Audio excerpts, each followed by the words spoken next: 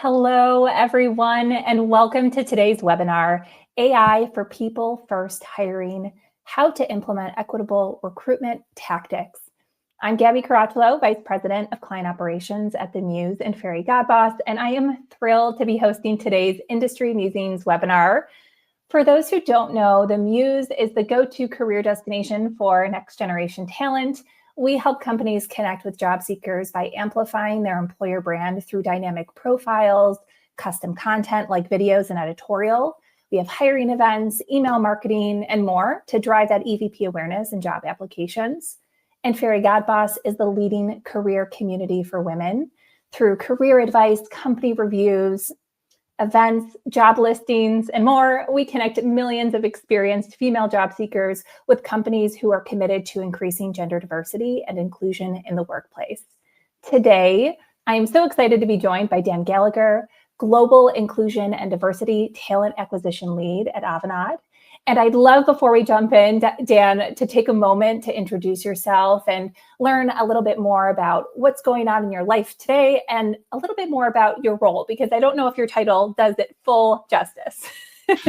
Yeah, thanks, Gabi. Look, it's wonderful to join you here today to talk about this topic because it's a subject that is really close to my heart. And, you know, I've been in talent acquisition for over 20 years. I've focused on this space for at least a decade. And the evolution of it and how we approach it, and particularly in the age of AI, becomes a lot more important for us to really get on top of it. So I joined Avanade as their European Inclusion and Diversity TA lead before moving into a global remit. Avanade is a company owned by Microsoft and Accenture. So we're a global IT consulting firm. We operate in 27 countries. And I support our TA leads regionally to build inclusive diversity sourcing strategies to help meet our targets. Now, alongside that, which isn't in the job title, I'm also the Disrupt AI lead across HR and TA with Avanade. And what that means, I help our Disrupt AI lab examine and build, use cases to use Copilot, for example, or to examine and build out AI solutions that maybe are more systems-led. That's impressive work and quite a volume of work and responsibility that you have. We're so thrilled to have you, and I appreciate the time that you're taking to be with our audience today. And for those who are with us, thank you for already tuning in and sharing where you're joining from. We're seeing folks from all over. I see Chicago, Massachusetts, Connecticut. Please continue to join the conversation and contribute to today's discussion. We also want to hear what you're looking for out of this conversation. Dan and I have a series of topics that we're really excited to jump into, but if there are any questions or topics that are top of mind, please don't hesitate to add those into the chat. We'll try to tackle as many as time permits today. So why don't we jump in? I'd love to start our conversation by discussing some of the concerns of AI in hiring, including the potential for candidates to use AI during interviews, which I've read and heard a little bit more about in recent months, and the worry that maybe this can create an uneven or unlevel playing field for candidates. I think it's crucial that we ensure this use case for AI is clear and we understand why and how it's being used. So I'd love to turn it over to you, Dan, to share what concerns employers should be aware of in specific use cases like this when it comes to AI in the hiring process. Yeah, absolutely. I think, you know, for any TA lead, there needs to be a sense of ownership around how AI is used in the recruitment process, because there is bias inherently within the design of these large language models that plug into generative AI models. So we need to be very clear about the use cases for AI. And there are multiple use cases across TA. So it's really about, I guess, the first protocol is identifying those high value use cases, strategic use cases, and then understanding, is there an ethical reason for using AI for that particular use case? But obviously the main one that we all think about and that is top of mind is bias and discrimination within the AI systems. And I think there is a very big ATS provider who has fined millions recently based on their AI ranking system. So it goes to show that even the biggest companies out there are not immune to making mistakes. And they, obviously, it's a learning lesson for them to go back and reevaluate their approach. We also need to be very transparent and have a degree of accountability to how we're using AI, not only to our internal stakeholders, but to our recruiters and also to our candidates. And I think it's always, best practice is to allow candidates to opt out of using AI in the recruitment process. We also want to take into consideration the data and security implications. So generative AI systems hallucinate and regularly provide incorrect information. So anything related to people data needs to be really tightly governed.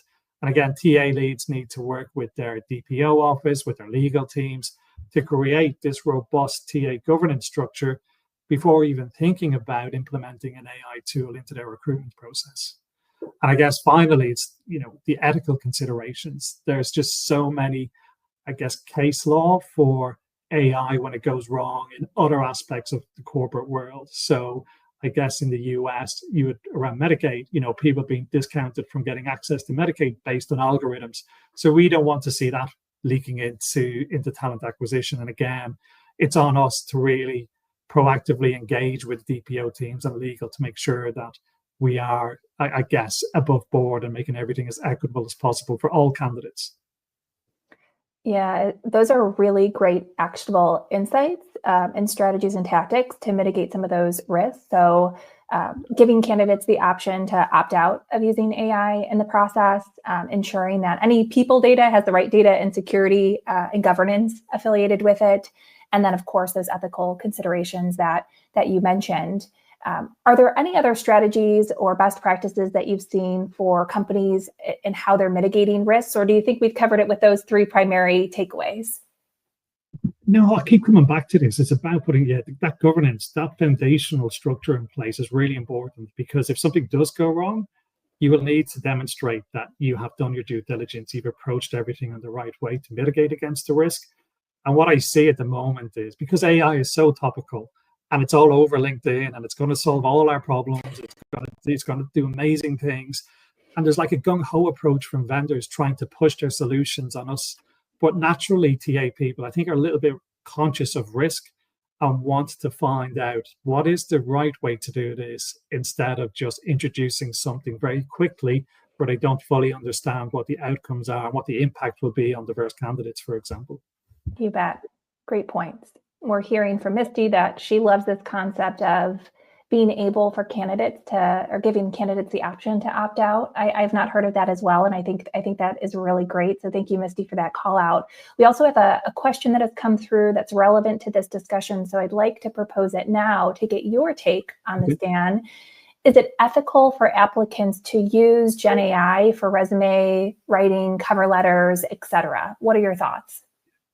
Look, we have to lean into it and we have to accept that candidates are going to use Gen AI. And there's a part of me that understands why to use it and accepts it, because as an industry, we're not great at giving feedback to candidates. So why wouldn't they leverage tools that make the job application process easier for them when they spend hours upon hours completing application pages and forms and not really getting any feedback? So I can understand it.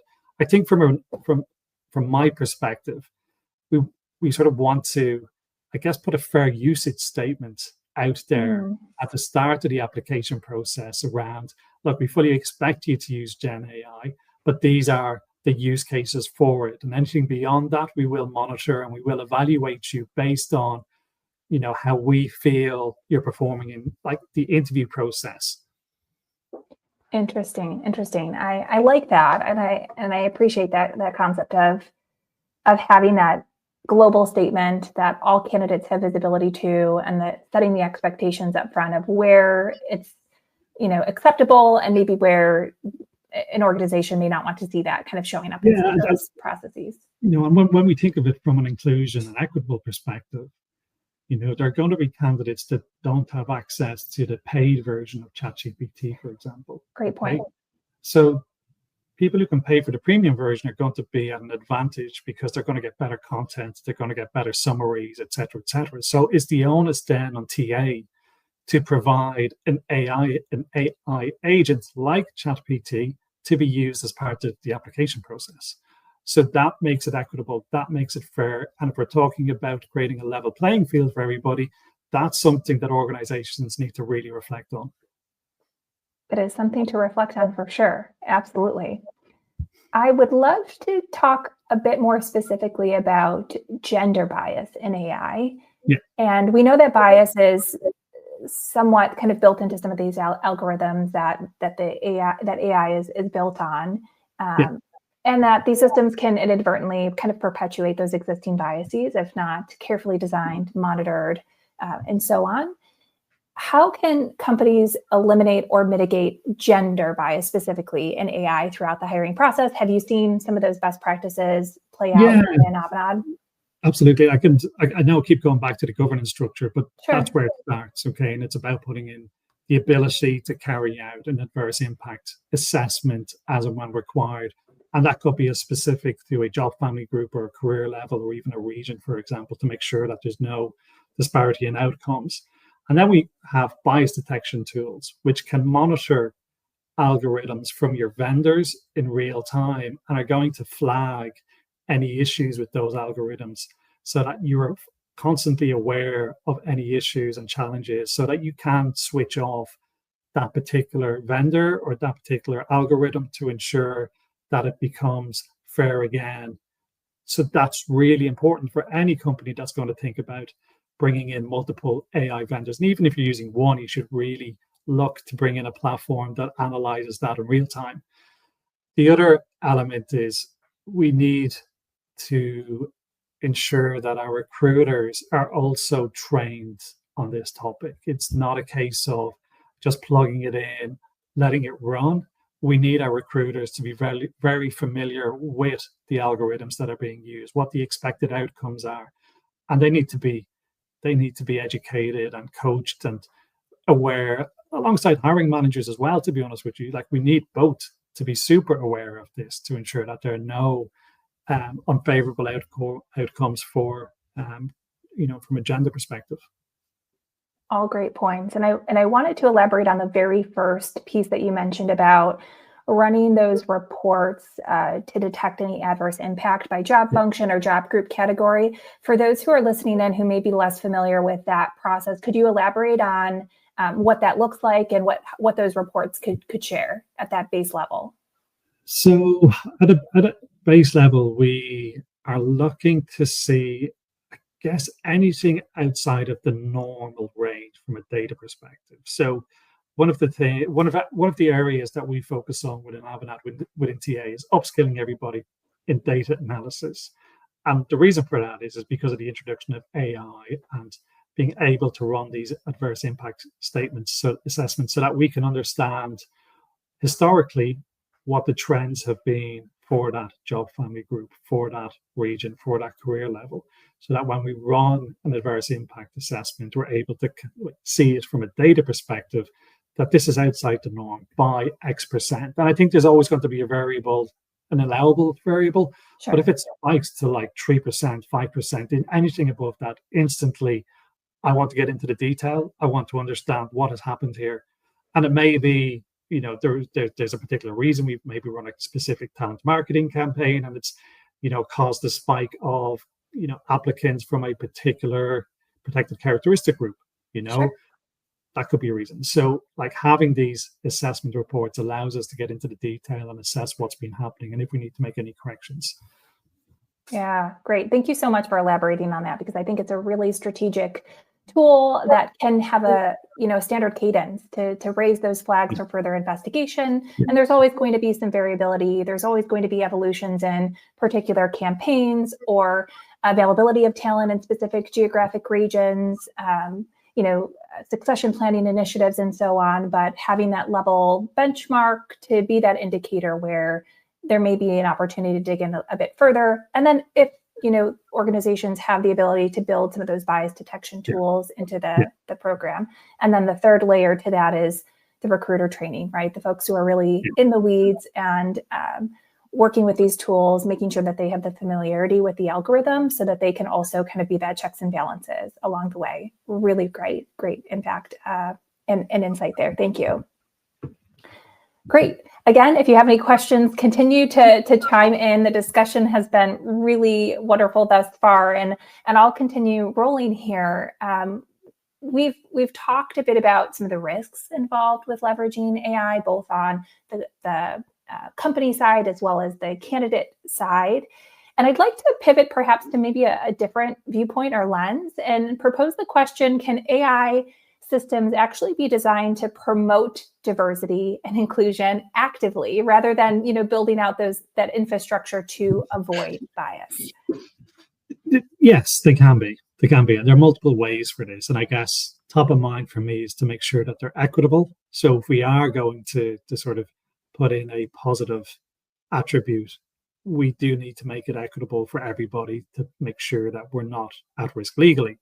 Now, in sort of broader terms, I can sort of give you some examples as to how AI can promote diversity and inclusion. So, like we've heard about blind recruitment. Okay, so AI could really help on that side. It can help anonymize candidate details, and I guess from at that initial screening process, it will reduce bias. If we move on, AI's capability around creating broader outreach campaigns, they can identify and reach out to candidates that we don't necessarily have access to across various platforms. Skills-based assessments, again, one of the challenges that every organization faces is the ability to assess talent at scale, or your applicants at scale. Like we get over 100,000 applications every year.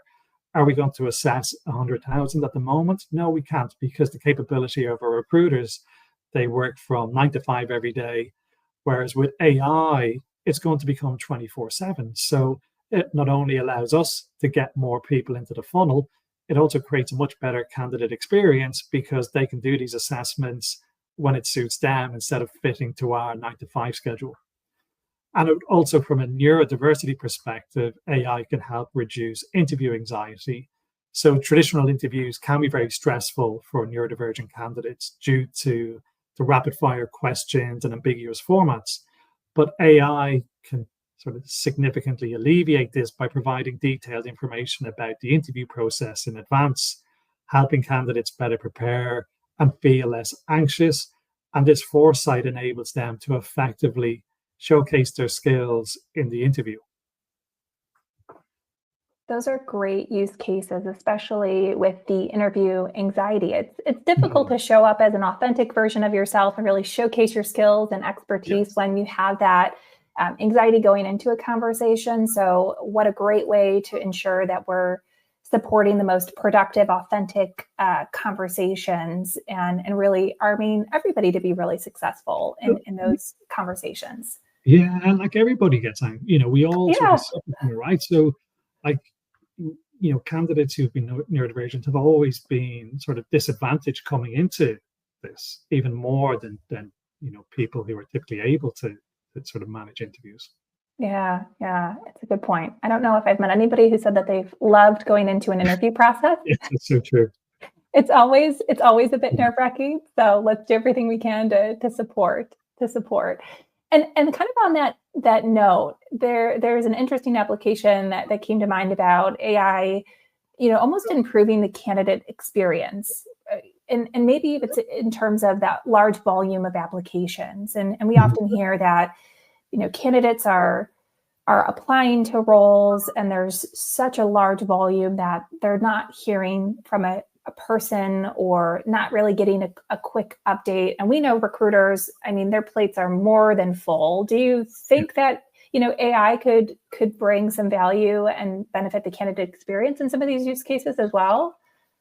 Yes, of course. I think the reality is a lot of the legacy ATS systems that are used by huge multinational organizations, they need a lot of investment to get to a point where AI can give constructive feedback, as to why they've not been selected for an interview or what is the feedback. Like, I do think that capability will be available, in the next few years. I think there would be, there's always a legal consideration as to what type of feedback can be provided to candidates. So legal will have to work very closely with TA to understand the specific use cases, what can be communicated back to a candidate, rather than leaving candidates in this black hole of nothingness. I mean, every day on LinkedIn, I see posts about how poor the candidate experience has been for them. Absolutely. And maybe there's another level of accountability on both sides, right? That evolves from this, where there's an obligation to provide some sort of feedback, building the tools to kind of run some of those analyses and make that a little bit more of an efficient process. But then that also allows candidates to kind of evaluate whether or not the algorithms that may be supporting some of those decisions are valid and authentic and not, performing in a discriminatory or in a way with bias. Yeah, no, absolutely. Again, it comes back to the ability of the AI use cases within the application process and the assessment process. So if you're able to assess at scale, you're able to provide data back to the candidate and how they benchmarked within that candidate pool. So it's data-led as opposed to objectively led. And I think that's the difference. And that's where the potential is to provide good feedback to candidates. I mean, I would love to, operate in a world where if a candidate applies for a job at Avanade and they're not successful, that we have the ability to analyze their CV and give them constructive feedback in terms of maybe the certifications they need to complete in order to be sort of more capable and to be considered for an interview. That type of constructive feedback, I think, is hugely valuable to people. Wonderful. Yeah. I could even see a world where that could be information shared with the talent acquisition team to better, match that candidate to another vacancy that may be immediately open, and creating those additional opportunities. And again, it comes back to that efficiency piece. A recruiter may not have the bandwidth to do that for every single candidate, but if there's some infrastructure that could support that system, what a wonderful outcome for all. Yeah, and just sort of leaning into, what's in it for the recruiters. They have to do a lot of manual tasks. So if we think about the traditional phone screen, which is effectively a manual data entry job where you're speaking to candidates to ascertain their right to work, their salary range, their location, etc., that could be all automated by an AI agent. And that data is consistently collected, which makes data analysis from our perspective a lot more interesting. But what it allows the recruiter to do is to do more high value, high impact actions, whether that's with the candidates themselves or whether that's with stakeholders like hiring managers. And I think that's the huge value in investing in AI solutions to automate these repetitive tasks that recruiters really struggle with. Absolutely. I began my career as an entry-level recruiter. I did a lot of those initial phone screens, a lot of that data entry, and I know how cumbersome it can be. Yeah. A follow-up question to that, Dan, because of your expertise, I'd love your take on this, and it's about the future of work from a recruitment perspective and how AI could possibly impact or evolve those particular talent acquisition functions. I have a sense of what your response would be, but I'd love to get your opinion on this one. So AI will impact TA, okay, and depending on the type of business you work in, like the ethical consideration would be that you retrain those people who've been impacted by AI, because there is entirely, in the not too distant future, the ability to remove all phone screens from candidates. We should be able to integrate into AI agents to automatically carry out Boolean search strings and create projects on LinkedIn and create pipelines on LinkedIn without a recruiter needing to do any of that. We've built our own internal job posting generator, again, to save the recruiter's time. Now, there is a human element to it where they have to review it and approve it. So the future for me, for TA and for recruiters, they will effectively become talent acquisition data advisors. So if you imagine, Gabi, you're a stakeholder and you've just been given a budget to hire 20 people, you have a conversation with your TA data advisor and you'll input the criteria into an AI agent. And that then spins out maybe a market intelligence report, but Sure. also looks internally to determine what candidates or what talent do we have internally to create a probability score for finding the right person. And then we can decide to create an external search that links into the likes of the Muse and Fairygodboss and LinkedIn and whatnot. And then we pull in external candidates, and a shortlist is created relatively quickly and seamlessly. But the talent acquisition or the recruiter sort of is that trusted advisor to the hiring manager and to the recruiter. So they spend a lot more time on that consultative approach that makes a good recruiter. Now, there are going to be people who naturally lean into that. And then there are going to be people who've always been sort of quite happy and really productive at pushing interviews through, and maybe not so comfortable with their skills to speak to senior stakeholders. And I think that's where I'd like to see the sort of reskilling of Sure. recruiters who maybe need to sort of get that improvement and reach that level. Yeah, it's great advice. It's great advice. So maybe some of the administrative tasks, the more, mundane sort of, clerical or transactional sort of pieces of the role could be replaced with technology in this use case. 100%. I mean, we've developed use cases that would remove phone screening and interview scheduling, for example. Wow. Yeah. That's just, the return on investment for that is huge. Absolutely. We're able to give so much time back to recruiters. And, one of the challenges that I see, we have candidates who leave the interview process, and if I'm able to fix that by 20%, we can hit all our targets that we want to hit.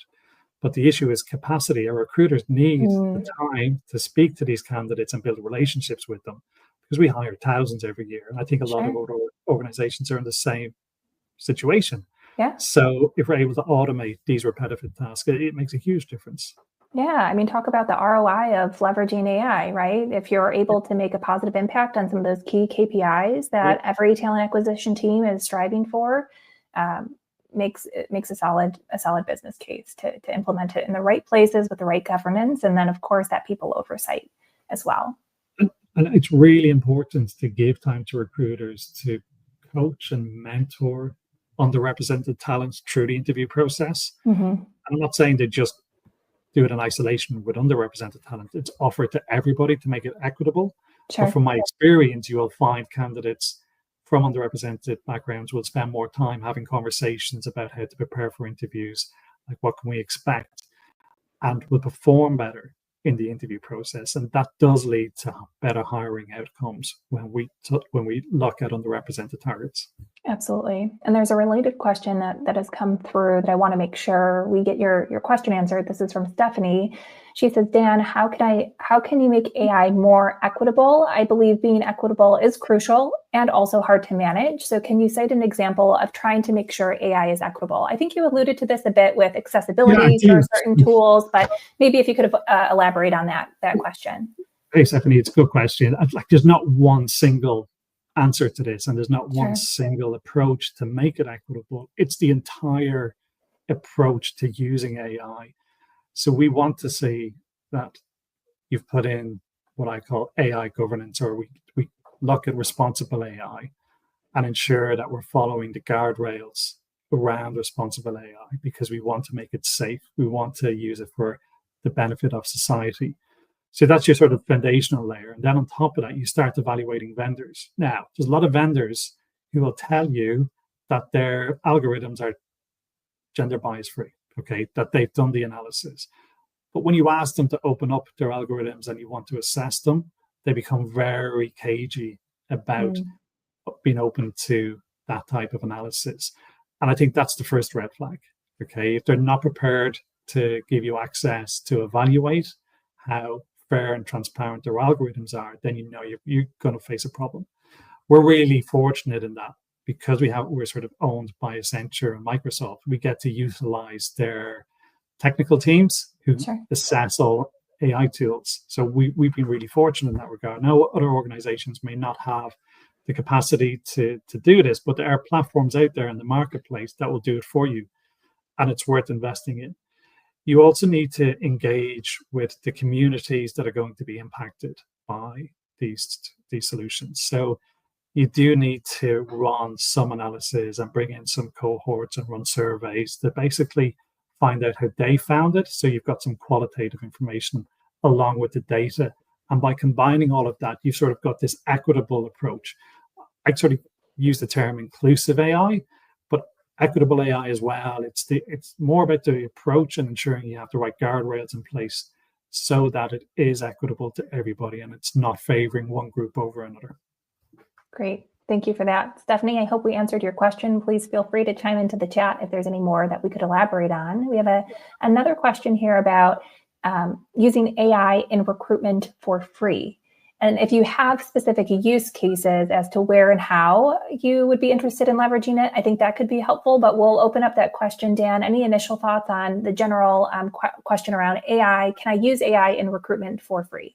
Yeah, look, I think, yes, you can. Okay, so I'll give you an example. Okay, a long time ago when I was a hands-on recruiter, one of the reason why I was such a good recruiter, I would speak to the hiring manager and I'd say, give me 3 questions that you want me to ask the candidates, and I'll know if they're sort of going in the right direction or if they don't have a clue.